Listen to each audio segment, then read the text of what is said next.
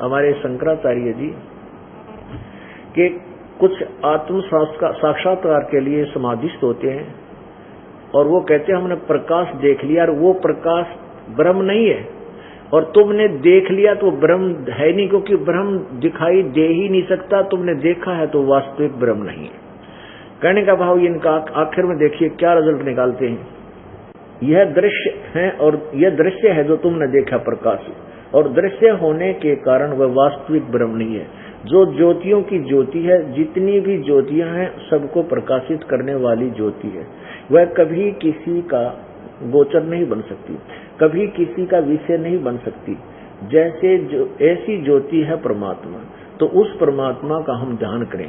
यदि हम उसको जानने का प्रयत्न करेंगे तो हम उसका कल्पित रूप खड़ा कर देंगे। इसलिए जानने का प्रयत्न छोड़कर ब्रह्म तो आप ही हैं, ये रिजल्ट दे दिया कि ब्रह्म तो आप ही हैं, यानी जीव ही ब्रह्म है। देखिएगा धर्म रथ के प्रश्न नंबर 52-53 से क्लियर हो जाएगा।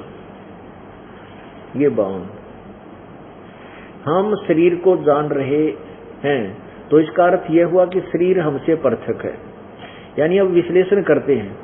इसी कारण इसी प्रकार प्राण को हम जानते हैं, शरीर को संचालित करने वाली शक्ति है श्वास, यानी प्राण को, इस श्वास को, यह प्राण है। प्राण भी हमसे पृथक है, यानी अब ये जीव और ब्रह्म को एक सिद्ध करने का अब फार्मूला बता रहे हैं कि जीव और परमात्मा कैसे एक है। देखो, हम शरीर को जान रहे हैं, हम शरीर को जान रहे हैं, तो यह इसका अर्थ यह हुआ कि शरीर हमसे पृथक है, हम शरीर नहीं है, यानी जीव शरीर नहीं है।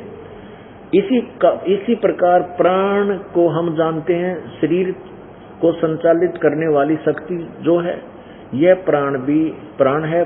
प्राण भी हमसे पृथक है, या जीव से शरीर भी अलग और श्वास भी अलग। मन को जानते हैं, मन भी पृथक है जीव से। महात्मा लोग बतलाते हैं कि समाधि की विधि, जैसे समाधि लगाई जाए, कैसे आत्म दर्शन किया जाए, तो यह बताते हैं कि पहले स्थिर आसन से बैठ जाए। शांतिपूर्वक थोड़ी देर स्थिर बैठे रहने पर अपने आप अपने को शरीर मालूम पड़ने लगेगा। मन से शरीर है, और शरीर जिसमें हमारा ध्येय बन जाएगा, समझ लेना कि हम शरीर से अलग हो गए। फिर मन में ये आएगा कि इस शरीर को चलाने वाला, हाथ पैर उठाने वाला, रखने वाला मैं हूं, तो हम प्राण में चले गए। प्राण के यानी श्वास के प्राण के साथ एक हो गए। उस प्राण में दृष्टि केंद्रित कर दिया तो थोड़ी देर बाद तक प्राण में दृष्टि केंद्रित करने पर प्राणी की आत्मा से पृथक प्रतीत होने लगेगा। प्राण भी यानी श्वास भी आत्मा से पृथक प्रतीत होने लगा। फिर हमको लगेगा कि इस प्राण को भी प्रेरित करने वाला, संकल्प करने वाला मैं हूं। तो इसका अर्थ है कि हम मन के साथ जुड़ गए। उस मन को भी देखने लग जाए तो मन भी अपनी दृष्टि केंद्रित, मन में अपनी दृष्टि केंद्रित कर दी जाए तो मन भी अपने आत्मा से पृथक होने लगेगा। फिर यह मन में विचार आएगा कि ये संकल्पात्मक प्रेरित करने वाला निश्चय करता मैं हूं। तो इसका अर्थ हुआ कि हम बुद्धि के साथ तद आत्म पान हो गए, उस बुद्धि के साथ जुड़ गए। अब हम बुद्धि में दृष्टि को केंद्रित कर दें तो बुद्धि भी अपने आप पृथक प्रतीत होने लगेगी। जहां शरीर, प्राण, मन, बुद्धि इन सब को अपनी आत्मा से अलग किया, यह जो झूठा मैं था, इसी को जिसको हम अहंकार कहते हैं, जड़ चेतन की ग्रंथि कहते हैं, यह मैं समाप्त हो जाएगा।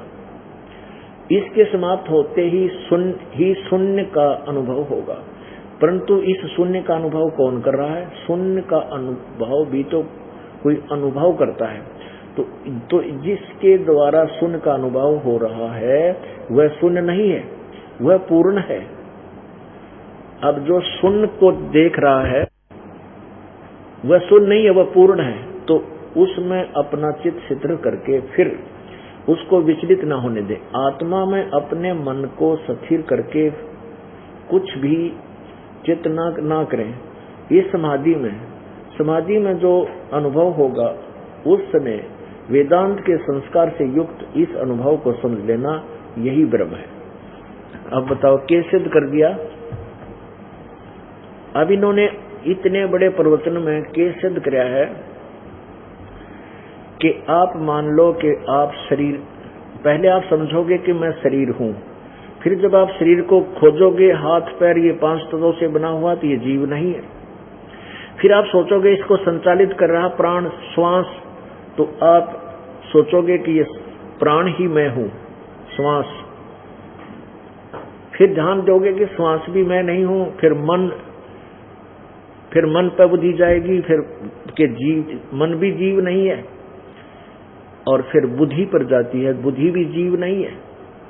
फिर कहते हैं लास्ट में क्या होगा कि गति शून्य हो जाएगा, कुछ भी सोचने को नहीं रहेगा, यो जीव है, यो ये ब्रह्म है।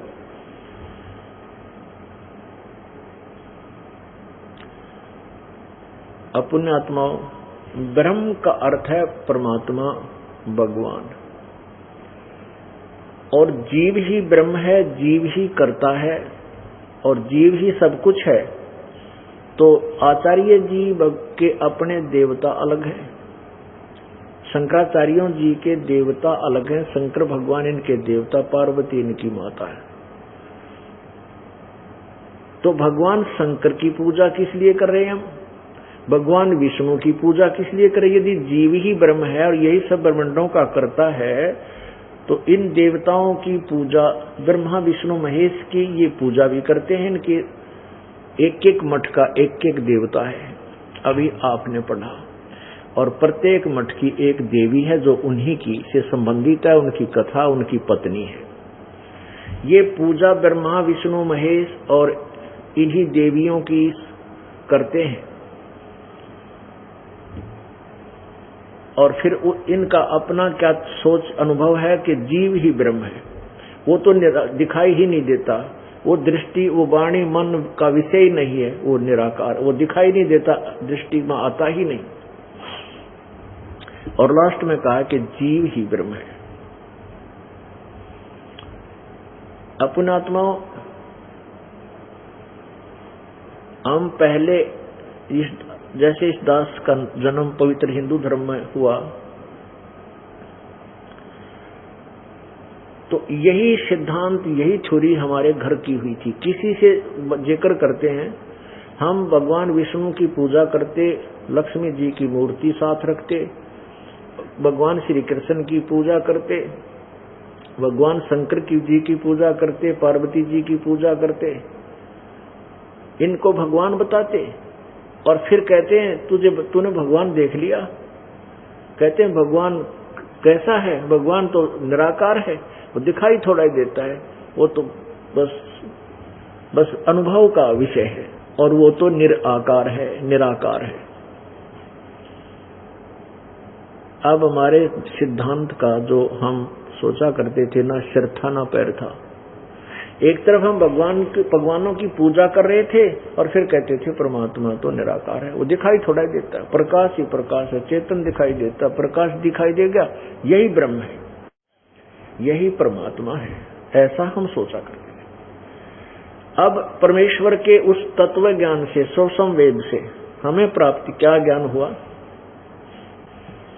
एक बार फिर दृष्टि डालिए स्वामी,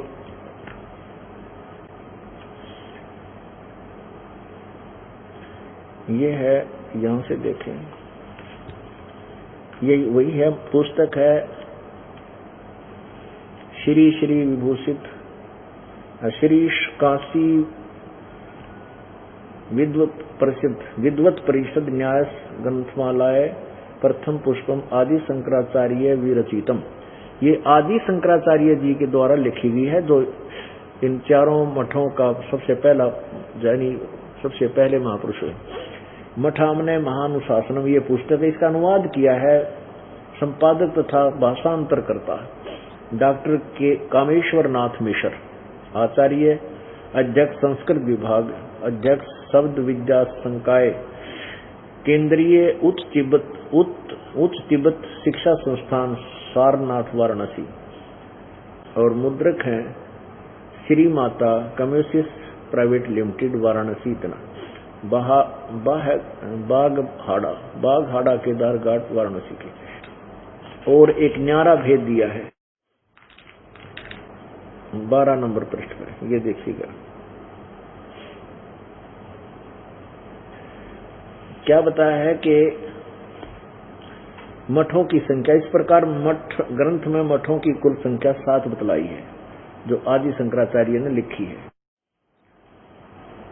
इसमें प्रथम 4 भारत के 4 दिग्गंतों में स्थापित किए गए थे और उनका कार्य क्षेत्र भी बतला गया है। वस्तुतः लौकिक विहार के लिए यही 4 मठ हैं, द्वारका प्रसाद, द्वारका शारदा मठ, गोवर्धन मठ, ज्योतिष मठ एवं श्रृंगेरी सम्मत मठ। ये 4 तो हैं। शेष 3 मठ जो आदि शंकराचार्य ने अपने ग्रंथ में लिखे वो कौन से हैं?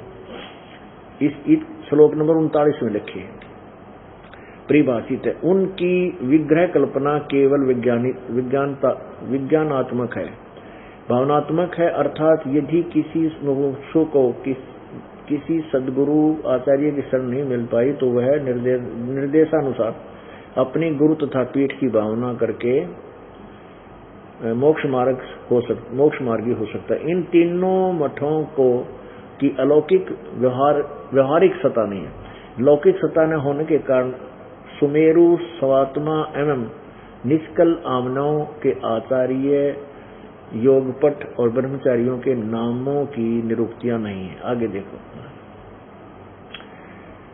अब इनके पूर्व 4 मठों की स्थिति अक्षेत्र तो भूतल पर बताए गए हैं जो भारत के 4 भागों में अवस्थित हैं। ऊर्ध दिशा तो ऊपर है, ऊर्ध्व दशा तो ऊपर है। आकाश में, स्वर्ग तथा अन्य लोकों में यह मठ नहीं हो सकता। गंधर्व नगर अथवा आकाश महल की भांति यदि हो भी सकता है तो केवल भावना लोक में, भूलोक में नहीं। इस प्रकार 4 मठों के ऋग्वेद, यजुर्वेद आदि 4 वेद बतलाए गए हैं और ऊर्ध आमन्य सुमेरु पीठ के लिए निर्धारित वेद सूक्ष्म वेद श्लोक नंबर 42 में कहा गया है। 4 वेदों के अतिरिक्त इस नाम का कोई वेद सनातनी जगत में नहीं है। अब पुण्यात्माओं एक विचार करो, आदि शंकराचार्य जो इस शंकर मत के जो प्रवर्तक हैं, उन्होंने ग्रंथ लिखा है और उन्होंने लिखा है कि 7 मठ हैं। 3 मठ, 4 मठ तो ये आपको बताई दिए और 3 ऊपर बताए हैं ऊपर के लोक में, और इन 4 के वेद भी बता दिए। और उन तीनों के जो वेद है वो सूक्ष्म वेद है। सूक्ष्म आपने देखा, फिर देख लो। इस प्रकार ये 12 पृष्ठ पे, इस प्रकार 4 मठों के ऋग्वेद, यजुर्वेद आदि 4 वेद तो बतलाए गए हैं, अथर्ववेद और वो ऋग्वेद आदि।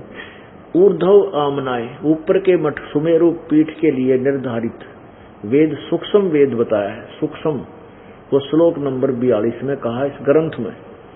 इसी ग्रंथ के मठ कामनाय, यह देखना, ये मठ कामनाय महानुशासनम, ये एक ग्रंथ है जो आदि शंकराचार्य द्वारा लिखा है। उसमें ये विवरण दिया है कि उसके विषय और अधिक ज्ञान जो है सूक्ष्म वेद में है। उस सूक्ष्म वेद का विवरण श्लोक नंबर 42 में है।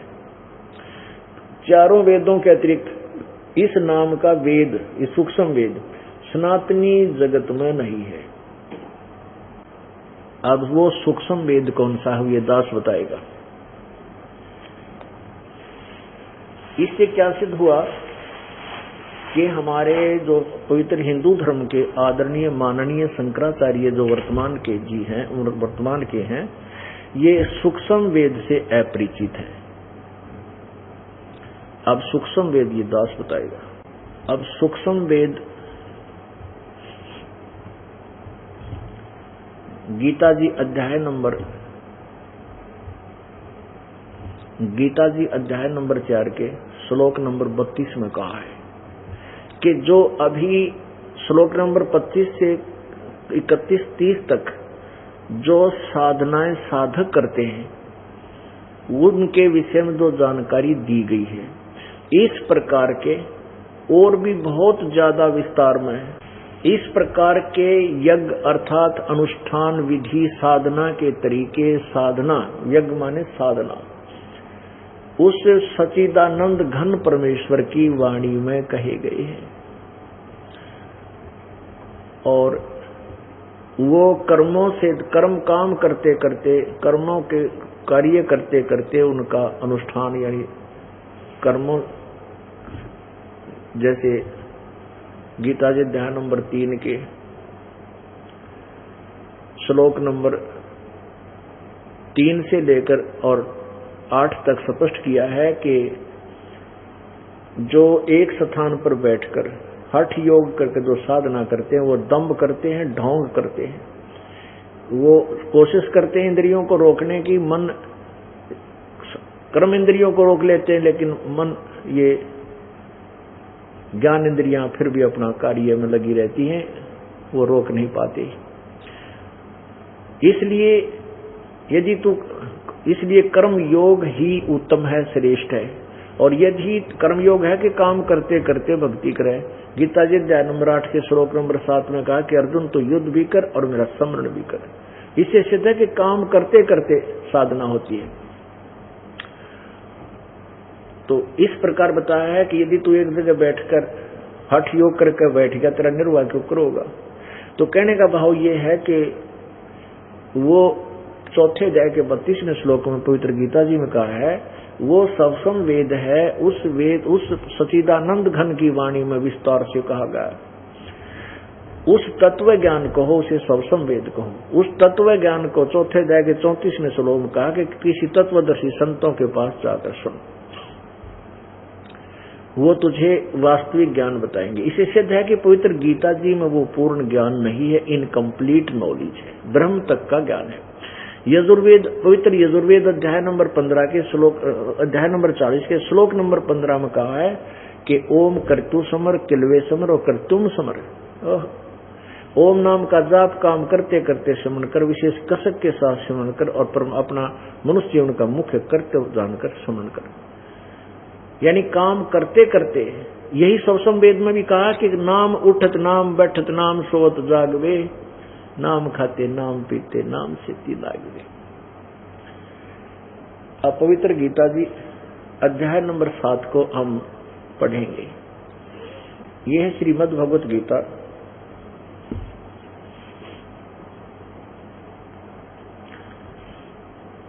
जय दयाल गोविंद का इसके अनुवादक हैं।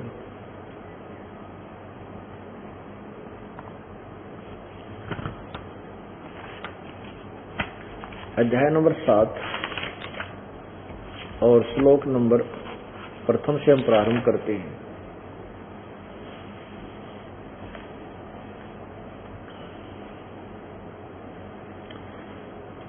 श्लोक नंबर हम 1 से प्रारंभ करते हैं। अध्याय नंबर 8 7वां अध्याय।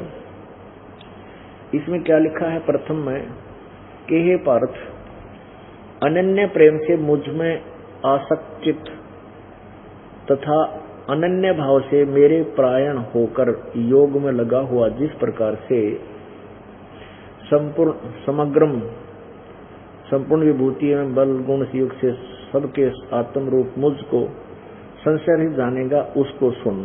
तू जैसे जो मुझे समझेगा ना, वो ज्ञान तुझे बता दूंगा कि संशय ही समझेगा। इस जो 7वें अध्याय में, अब 7वें अध्याय में जो ज्ञान मैं तुझे दूंगा, इससे तू निसंशय होकर मुझे जान जाएगा मैं के हूँ, यानी क्या क्या व्यवस्था मेरी।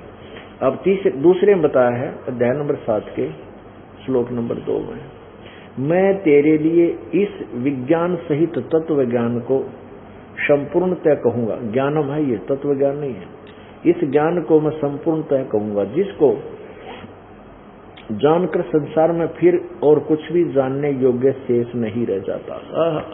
कहते हैं 7वें अध्याय में तुझे ऐसा ज्ञान बता दूंगा कि फिर जानन की इतना और कुछ आवश्यकता ही नहीं रहेगी। कमाल कर दिया इस ज्ञान में। अब देखो तीसरे में क्या कहा है,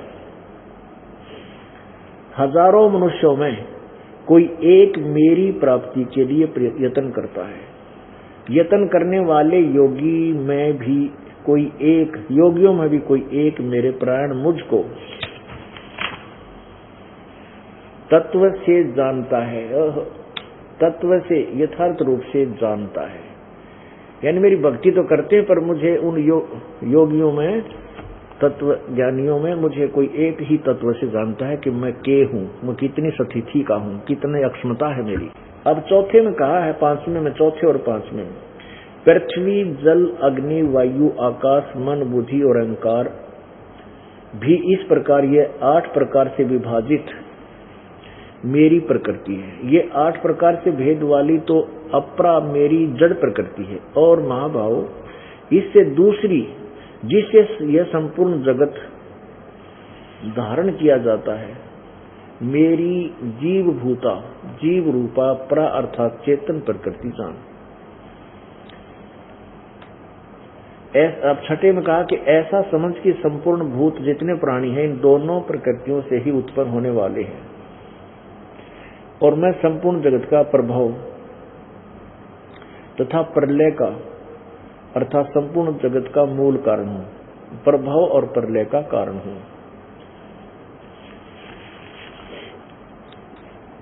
अच्छा, इससे हमने एक तो ये सिद्ध हो गया कि प्रकृति 2 है। एक तो ये 8 प्रकार की बता दी न्यारी, जल पृथ्वी आकाश अग्नि वायु मन बुद्धि अहंकार आदि से ये 8 प्रकार बन गई। और एक दूसरी और प्रकृति है जो दुर्गा है, 2 प्रकृति होगी। अब आगे हम चलते हैं। अब हम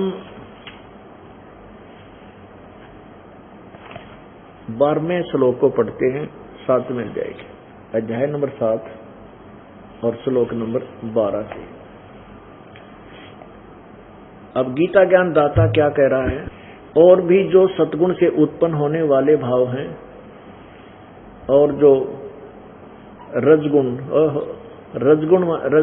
से तमोगुण से होने वाले भाव, सतगुण से और रजोगुण तमोगुण से होने वाले भाव हैं, उन सबको तुम मुझसे ही होने वाले ऐसा जान, परंतु वास्तव में उनमें मैं और वे मुझ में नहीं है।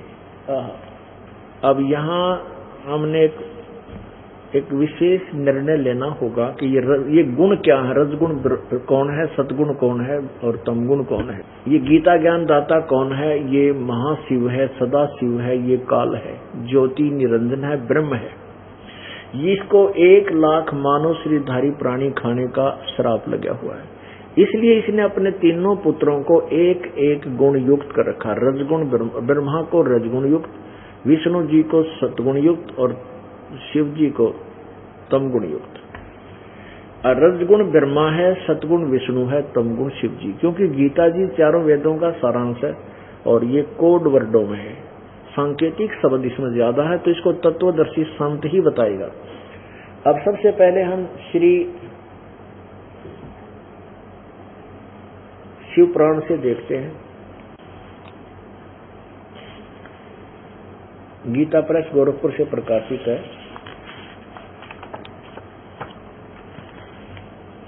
श्री शिव पुराण, संपादक हनुमान प्रसाद पोदार,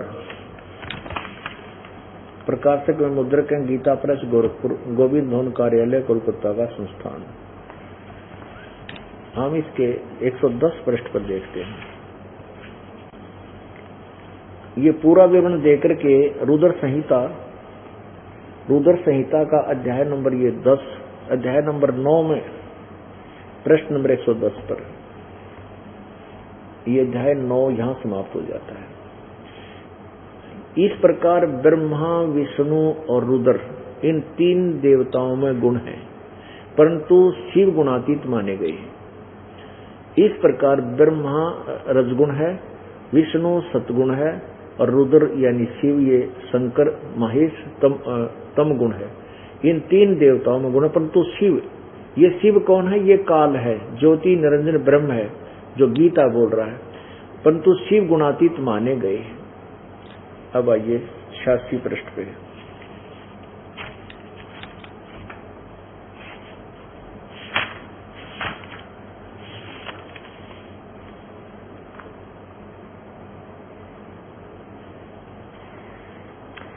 ये प्रश्न नंबर 86 है और संक्षिप्त शिव पुराण है और ये रुद्र संहिता। इसमें कहा है, हमने सुना है कि भगवान शिव शीघ्र प्रसन्न हो जाते हैं, वे महान दयालु हैं, इसलिए अपने भक्तों का कष्ट नहीं देख सकते। ब्रह्मा, विष्णु और महेश ये 3 देवता शिव ही के अंग से उत्पन्न हुए हैं।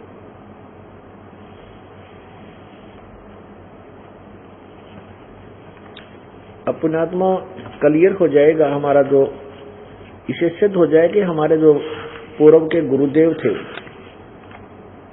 वो हमारे सदग्रंथों से भी परिचित नहीं थे। इससे क्या सिद्ध होगा कि रजगुण ब्रह्मा है, सतगुण विष्णु, तमगुण शिव जी। ये देखिएगा, ये है रुद्र संहिता द्वितीय सती खंड पृष्ठ 137 पर। यहां ये नीचे ब्रह्मा जी ने कहा, मुने देवी सती और भगवान शिव का शुभ यश परम पावन दिव्य और गोपनीय से भी अत्यंत गोपनीय है। तुम यह सब मुझसे सुनो। पूर्व काल में भगवान शिव निर्गुण, निर्विकल्प, निराकार, शक्ति रहित, चिन्मय तथा सत्य और असत से विलक्षण स्वरूप प्रतिष्ठित थे। फिर वे भी प्रभु सगुण और शक्तिमान होकर विशिष्ट रूप धारण करके सतीत हुए। उनके साथ भगवती उमा विराजमान थी। अब देखो, ये शिव को निराकार मानने हैं और वही कहते थे साकार हो गया और भगवती उसके साथ होगी। विप्रवर वे भगवान शिव दिव्य आकृति से सुशोभित हो रहे थे। उनके मन में कोई विकार नहीं था। वे अपने परात्पर स्वरूप में प्रतिष्ठित थे। मुनि श्रेष्ठ, उनके बाएं अंग से भगवान विष्णु, दाएं अंग से ब्रह्मा और मध्य अंग अर्थात हृदय से रुद्र प्रकट हुए। मैं ब्रह्मा सृष्टि करता हुआ भगवान विष्णु पालन करने लगा और स्वयं रुद्र ने संहार कार्य संभाला। इसे सिद्ध हो गया कि 3 परमात्मा ये ब्रह्मा, विष्णु, महेश अलग हैं इस शिव से। अब हमने जो सिद्ध करना है कि रजगुण ब्रह्मा है, सतगुण विष्णु है और ये शिव, ये इन तीनों से अलग है। जो शिव है वो काल है। अब देवी भागवत इसे स्पष्ट करेगी कि ब्रह्मा, विष्णु, महेश ये दुर्गा के पुत्र हैं। ये देखिएगा, श्रीमद् देवी भागवत, श्रीमद् देवी भागवत, संपादक हैं हनुमान प्रसाद पोदार, चिमनलाल गोस्वामी, प्रकाशक व मुद्रक गीता प्रेस गोरखपुर, गोविंद भानु कार्यालय कोलकाता का संस्थान। इसके हम केवल 123 पृष्ठ आपको दिखाएंगे। 123 पृष्ठ पे काफी हमारा जो है ना इसे प्रमाण सिद्ध हो जाता है। पृष्ठ 123 पे ये है तीसरा स्कंध। भगवान विष्णु जी दुर्गा की स्तुति महिमा कर रहे हैं। तुम शुद्ध स्वरूपा हो, यह सारा संसार तुम इसे उद्भासित हो रहा है। मैं विष्णु, मैं ब्रह्मा और शंकर, हम सभी तुम्हारी कृपा से विद्यमान हैं। हमारा आविर्भाव अर्थात जन्म और तिरोभाव अर्थात मृत्यु होता है, हुआ करता है। केवल तुम ही नित्य हो, जगत जननी हो, प्रकृति और सनातनी देवी हो। प्रकृति दुर्गा को कह रहे हैं, ये भी ध्यान रखना, ये गीता जी के अंदर आपको काम आएगा। प्रकृति शब्द या दुर्गा है। भगवान शंकर बोले, देवी यदि महाभाग विष्णु तुम ही से उत्पन्न हुए हैं तो उनके बाद उत्पन्न होने वाले ब्रह्मा भी तुम्हारे ही बालक हुए। फिर मैं तमोगुणी लीला करने वाला शंकर क्या तुम्हारी संतान नहीं हुआ? अर्थात मुझे भी उत्पन्न करने वाली तुम ही हो। शिवे संपूर्ण सृष्टि, संसार की सृष्टि करने में तुम बड़ी चतुर हो। इस संसार की सृष्टि, स्थिति और संहार में तुम्हारे गुण सदा समर्थ है। उन्हीं तीनों गुणों से उत्पन्न हम ब्रह्मा, विष्णु एवं शंकर नियमानुसार कार्य में तत्पर रहते हैं। अब क्या सिद्ध हुआ कि रजगुण ब्रह्मा है, सतगुण विष्णु, तमगुण शिव जी। और ये चौथा जो ब्रह्म है, जिसको सदाशिव भी कहते हैं, जिसको महाविष्णु भी कहते हैं, जिसको महाब्रह्मा भी कहते हैं।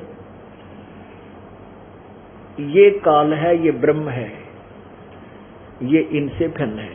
और रजगुण ब्रह्मा है, सतगुण विष्णु, तमगुण शिव जी। जो ये चौथा है, यही श्री कृष्ण में प्रवेश करके ये ब्रह्म, ये सदाशिव कहो, इसे महाशिव कहो, महाविष्णु कहो, ये जो चौथा है ये ब्रह्म है, ज्योति निरंजन है, ये काल है। गीता जी अध्याय नंबर 11 के श्लोक नंबर 32 में कहता है कि मैं काल हूं अर्जुन। ये गीता बोल रहा है, श्री कृष्ण गीता नहीं बोल रहे। गीता श्री कृष्ण जी में प्रवेश करके भूत की तरह ये जो ब्रह्मा विष्णु से भिन्न जो है वो बोल रहा है। अब देखिए, रजगुण ब्रह्मा है, सतगुण विष्णु, तमगुण शिव जी। विशेष और वर्णन ये देखिएगा, श्रीमद देवी भागवत हिंदी टीका से प्रथम भाग, ये अथ देवी भागवतम भाषा सभाष टीकम स महात्यम, खेमरा श्री कृष्ण दास प्रकाशन, बम्बई 4। इसके तीसरे स्कंद पर हम आते हैं। अथ श्रीमद देवी भागवते भाषा टीका युक्ते तृतीय स्कंध प्रारंभते। अब इसके यहाँ हम प्रश्न नंबर 11 पर हम देखेंगे। ये प्रश्न नंबर 11 है और अध्याय 5 में, अध्याय 5 का श्लोक नंबर 8 हम पढ़ेंगे हिंदी में। ये 7वां समाप्त हुआ, 8वां प्रारंभ हुआ। हे माता, शंकर भगवान बोल रहे हैं, हे माता, यदि हमारे ऊपर सदा आप दया युक्त हो तो हमको तमोगुण में किस प्रकार प्रदान किया है, ब्रह्मा रजोगुण और हरि सतगुण। स्पष्ट हो गया कि मैं तो तमोगुण क्यों बना दिया, ब्रह्मा रजोगुण और हरि यानी विष्णु सतगुण। अब यहाँ संस्कार देखेंगे। 7वां श्लोक समाप्त होता, 8वां प्रारंभ होता। यदि दया धर्मना न सदाम्बिके कथम अहम विहित है। शंकर भगवान कहते हैं, मैं कैसे बना दिया तमोगुण, मैं तमोगुण क्यों बना दिया, कमल जय, कमल से उत्पन्न होने वाले ब्रह्मा जी को रजोगुण क्यों बना दिया, संभव विहित सुविहित किमु सतोगुण हरि, और किस प्रकार आपने विष्णु को सतोगुण बना दिया। इति सिद्धम रजगुण ब्रह्मा है, सतगुण विष्णु, तमगुण शिव जी। अब ये सिद्ध क्लियर होगा कंसेप्ट, रजगुण ब्रह्मा है, सतगुण विष्णु है, तमगुण शिव जी।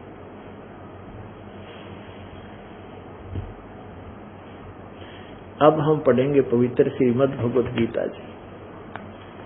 अब जिन देवताओं की हमारे आदरणीय माननीय शंकराचार्य जी पूजा करते हैं, उनकी पूजा के करने वालों को गीता जी क्या बता रही है, ये दास नहीं बोल रहा, पवित्र गीता जी हमारे सदग्रंथ बता रहे हैं, जो हमारा विधान है प्रभु का, और वो हमें मान्य होगा और मानना चाहिए। ये दास अभिमान नहीं कर रहा कि मैंने कोई नई खोज, यानी मैंने कोई नई देन कर दे दी समाज को। ये तो सदग्रंथों में विद्यमान थी। दास के ऊपर कृपा की परमात्मा ने मेरी आंख बना दी, मेरी आंखों का, अज्ञान रूपी आंखों का ऑपरेशन करके वो मोतिया बंद समाप्त कर दिया। अब मुझे स्पष्ट दिखाई देने लग गया। और अब ये दास आप सभी के उस अज्ञान रूपी आंखों का मोतिया बंद का ऑपरेशन इस सतलोक आश्रम में करता हूं। मैं डॉक्टर बना दिया भगवान ने। इसलिए आपको बार बार बुलाया जाता है और साथ में सीडी आदि बनाकर के साथ आपको दी जाती हैं, पुस्तकें बनाई गई हैं, ताकि आप भी इनको दोबारा बार बार पढ़ो, ताकि आपका अज्ञान का मोतियाबंद समाप्त हो और सारे समाज का ये मोतियाबंद समाप्त करने की दास की इच्छा है, प्रभु पूरी करेगा। अब देखिएगा, वही अध्याय नंबर 7 पर हम आ जाते हैं। श्रीमद् भगवत गीता जी अध्याय नंबर 7। अब श्लोक नंबर हम 12 से फिर प्रारंभ करेंगे। और भी जो सतगुण से उत्पन्न होने वाले भाव हैं, जो रजगुण से और तमगुण से होने वाले भाव हैं, उन सबको मुझसे ही होने वाले ऐसा जान, परंतु वास्तव में इनमें मैं और वे मुझ में नहीं है। अभी आपने श्री शिव पुराण में 9वें अध्याय में 110 पृष्ठ पर देखा कि इस प्रकार तीनों देवताओं में गुण है, रजगुण ब्रह्मा, सतगुण विष्णु, तमगुण शिव जी रुद्र। और वो शिव इनसे अलग है, वो गुणातीत माना गया है, वो इनसे भिन्न है। यही गीता बोलते समय वो स्वयं कह रहा है, वो चौथा जो भगवान है तीनों से न्यारा, कि ये तीनों गुणों से जो कुछ भी हो रहा है, रजगुण ब्रह्मा से उत्पत्ति और सतगुण विष्णु से सतीथि, तमगुण शिव जी से संहार, इसका मुख्य कारण मैं ही हूँ। इनका कहते हैं ये मुझसे ही होने वाला जान, क्योंकि इस काल को, इस सदाशिव को 1 लाख मानव शरीरधारी प्राणी खाने का श्राप लगा हुआ है। इसलिए इसने अपने तीनों पुत्रों को एक एक गुण युक्त कर दिया और ये कहता है कि मैं इनमें नहीं और ये मुझ में नहीं। आगे देखो, अब 13वें में क्या बताया है, 7वें अध्याय के 13वें श्लोक में, गुणों के कार्य रूप सात्विक, राजस और तामस, इन तीनों प्रकार के भावों से सारा संसार प्राणी समुदाय मोहित हो रहा है। इन गुणों से परे, इन तीनों गुणों से परे, ब्रह्मा विष्णु महेश से अलग जो भगवान शिव है, ये काल है, ब्रह्म है, मुझ अविनाशी को नहीं जानता। ये पूरा संसार, कहते हैं पूरा संसार ब्रह्मा विष्णु महेश तक ही ज्ञान रखता है, मेरे बारे में ये विशेष ज्ञान नहीं रखता, मेरे बारे में ज्ञान नहीं रखता, मुझसे परिचित नहीं है। इसलिए तो इसको निराकार निरूकुर कह करके अपना थ्योरी बंद कर दी। आगे देखना 14 में, अध्याय नंबर 7 पवित्र गीता जी, श्लोक नंबर 14 में, क्योंकि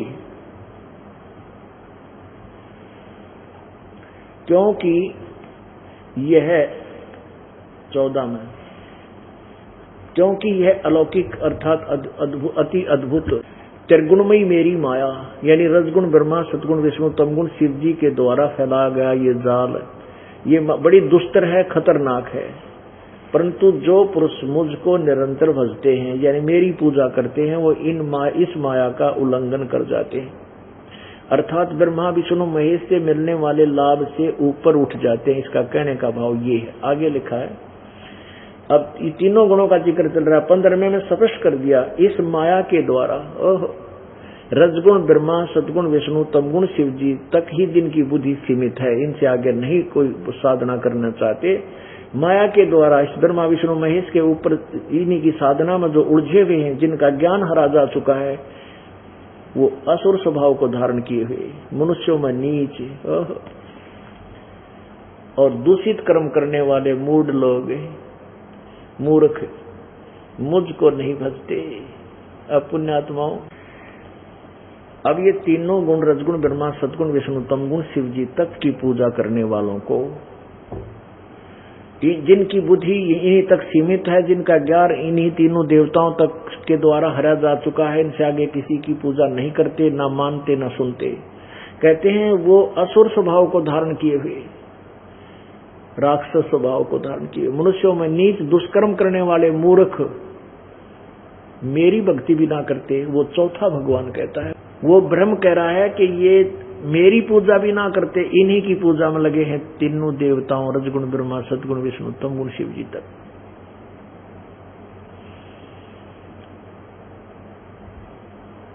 पुण्यात्माओं, थोड़ा सा यहाँ विवरण देना पड़ेगा कि ऐसे कैसे लिखा है कि रजगुण ब्रह्मा, सतगुण विष्णु, तमगुण शिव जी के पुजारी, और इनको ऐसी 4 उपमा दी गई है, किन कारणों से, इसका एक उदाहरण है, एग्जाम्पल है। जैसे रजगुण ब्रह्मा की उपासना की थी हिरण्यकशिपु ने, हिरण्यकशिपु ने रजगुण ब्रह्मा की उपासना की सतगुण विष्णु से शत्रुता मानकर कि उस भगवान विष्णु ने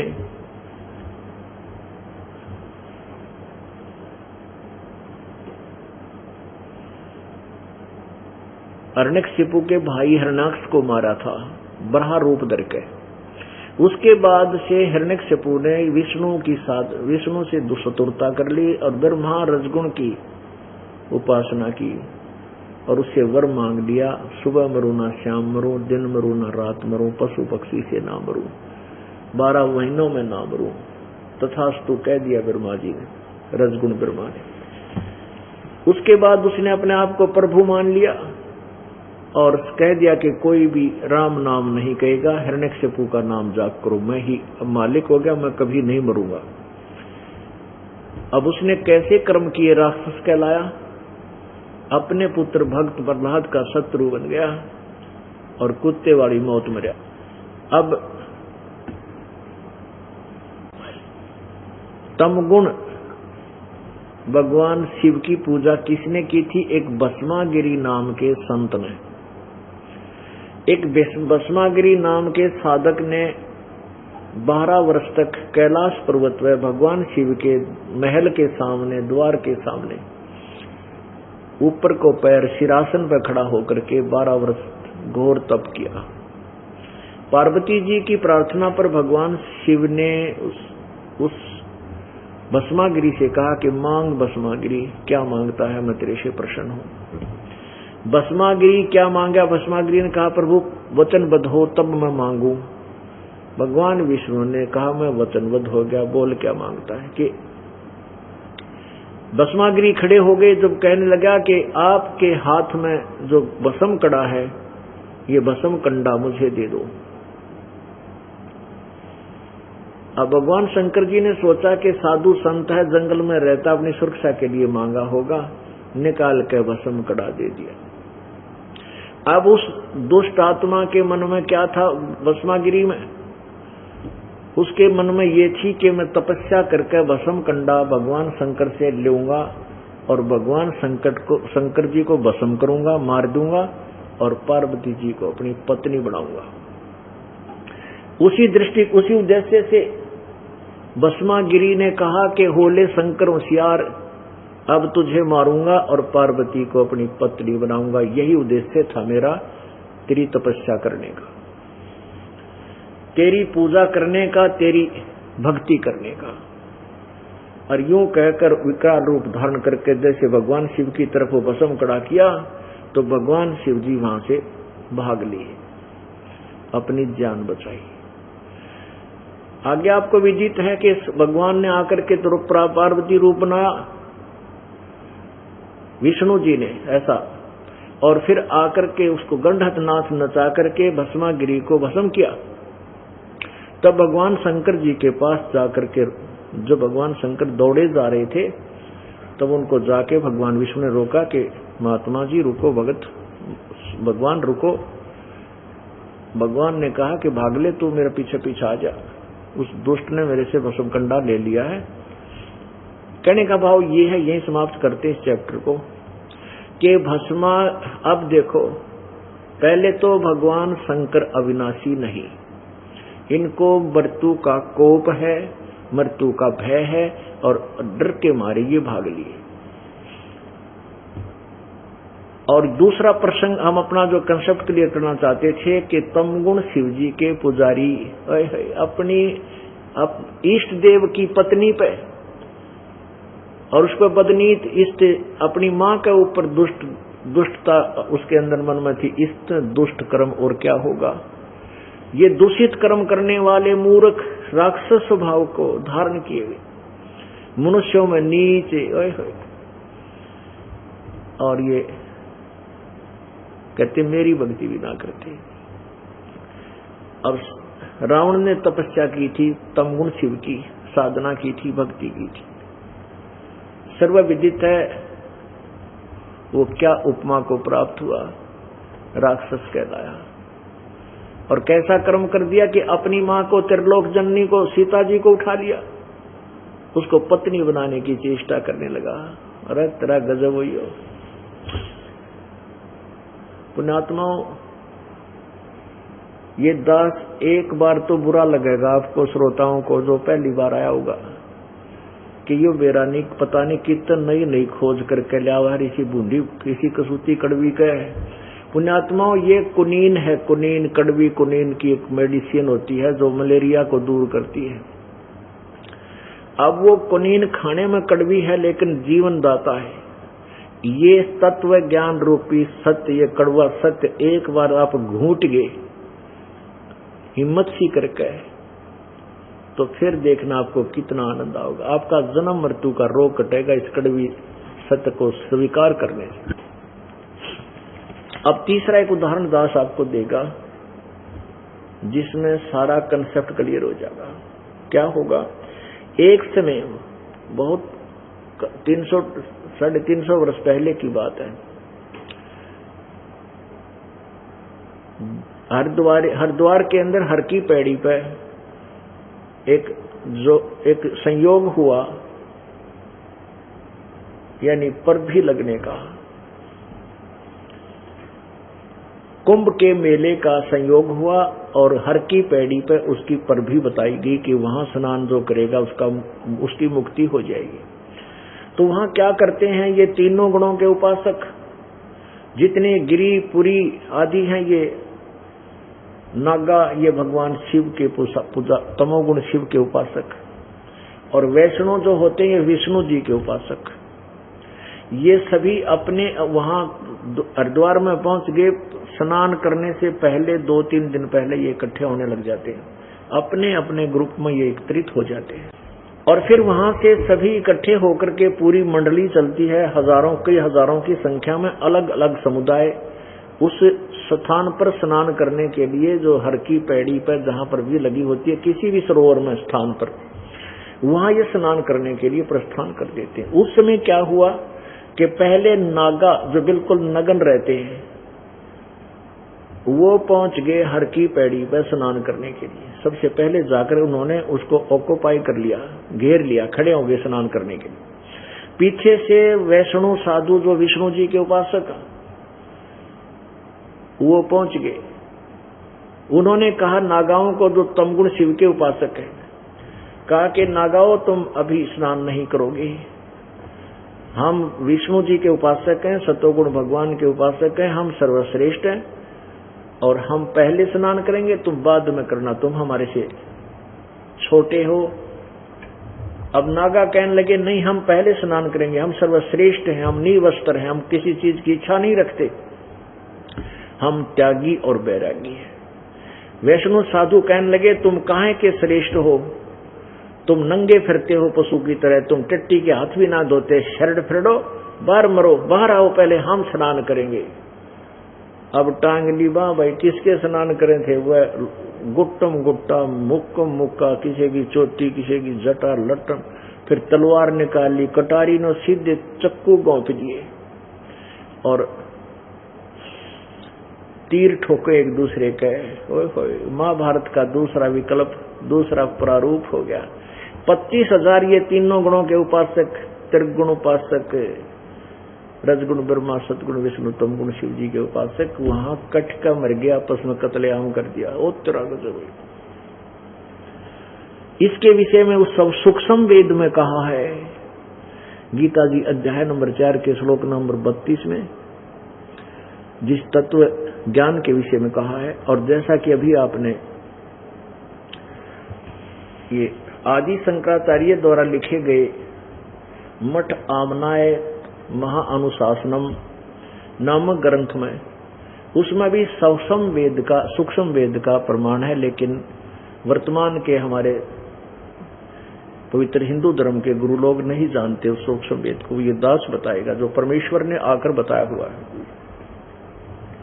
उसमें क्या लिखा है भाई, तीर तुपक तलवार कटारी जमजड़ जोर बधावे हैं, हर पैड़ी हर हेत न जाना वाजा तेग चलावे हैं, काटे शीस नहीं दिल करुणा ये जग में साध कहावे हैं, जो जन इनके दर्शन को जावे उनको भी नरक पठावे हैं। ओए होए, तीर तुपक तलवार से एक दूसरे ने काटे, कत्लेआम कर दिया, और कटारी छुरा होता है इतना लंबा पन्ना को कहते नो ठोक दिया एक दूसरे। अरे तेरा गजब हो। तीर तुपक तलवार कटारी और दम धड़ जोर बधावे हैं, यानी डट कर लड़े हैं, और हर पैड़ी हर हेत ना जाना। अरे तेरा गजब हो।